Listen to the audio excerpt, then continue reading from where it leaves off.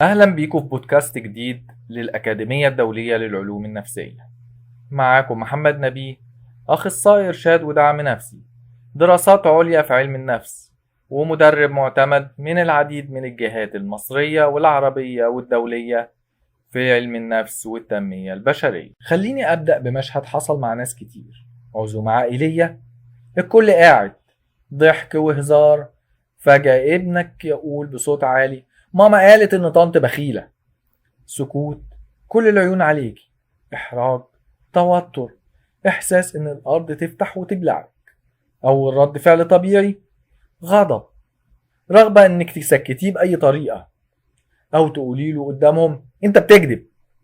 بس اللحظة دي تحديدا هي أخطر لحظة تربوية، لأن الطريقة اللي هتتصرفي بيها ممكن تبني ثقة أو تكسرها. ياسين عنده 7 سنين، في عزومة قال: بابا قال إنكم بتيجوا كتير. البيت كله اتوتر، الأب اتضايق جدا، وفي لحظة اندفاع قال: أنت دايما بتكذب، اسكت. ياسين سكت فعلا، لكن من يومها بقى يا إما ساكت خالص قدام الناس يا إما بيكذب أذكى. ليه؟ لأن اللي اتعلمه مش الصدق، اتعلم الخوف والفضيحة.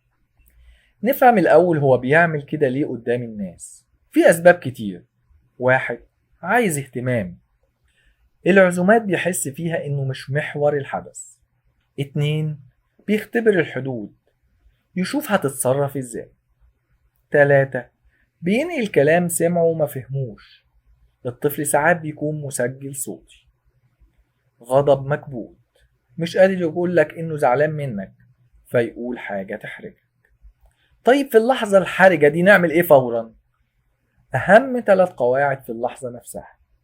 واحد، ما تفضحوش، بلاش تقول أنت كذاب أو هتشوف لما نروح، لأن قدام الناس الكرامة حساسة جدا. اتنين، رد بهدوء واحتواء، ممكن تقولي بابتسامة بسيطة: واضح إن في لخبطة، نرجع نفهم الموضوع بعدين. أو ياسين ساعات بيحب يهزر بطريقة مفاجئة، وبعدين تغيري الموضوع. الهدف تعدي اللحظة بأقل خسائر.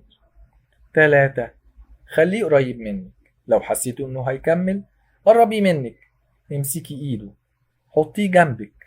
أحيانا الاحتواء الجسدي بيهدي. طيب بعد ما نرجع البيت، هنا الجزء الأهم: ما تبدأيش التحقيق وانتي لسه متضايقة، استني تهدي وبعدين اقعدي معاه لوحده.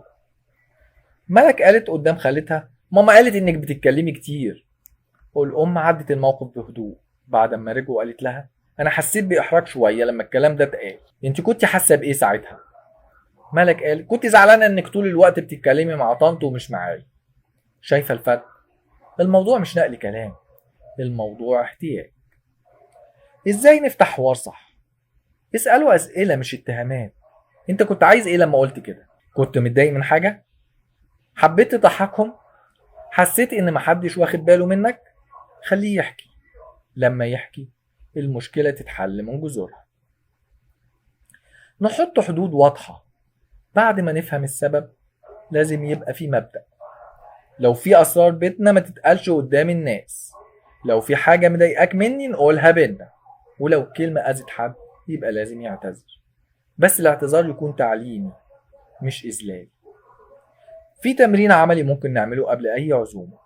قبل ما تخرجوا اقعدوا دقيقتين، قول له: هنروح في مكان فيه ناس كتير، لو حسيت انك زهقان تعالى قولي، لو عايزني امسك ايدي. اتفقوا على إشارة سرية بينكم، ده بيديله وسيلة تواصل بدل ما يستخدم الإحراج. امتى أقلق فعلا؟ لو الطفل بيتعمد تشويه سمعة أهله، أو بيخترع اتهامات خطيرة، أو بيستمتع برد الفعل المؤلم. ساعتها نحتاج نفهم أعمق، يمكن في غضب أو غيرة أو إحساس بالإهمال. كرامة الطفل قدام الناس زي كرامتك بالضبط، لو كسرتها قدامهم هيكسر ثقتك وهو ساكت، لكن لو عديتي الموقف بهدوء وبعدين علمتيه بينكم هيتعلم إنك أمان مش خصم. المواقف المحرجة بتحصل، كلنا بشر. السؤال مش ابني بيعمل كده ليه، السؤال أنا هتعامل إزاي بطريقة تبني مش تهد. الحلقة الجاية هنتكلم عن موضوع حساس شوية، هل الضرب بيمنع الكذب ولا بيزوده؟ لو السؤال ده لف في بالك قبل كده استنيني الحلقة الجاية، وما تنسيش تعملي لايك وشير.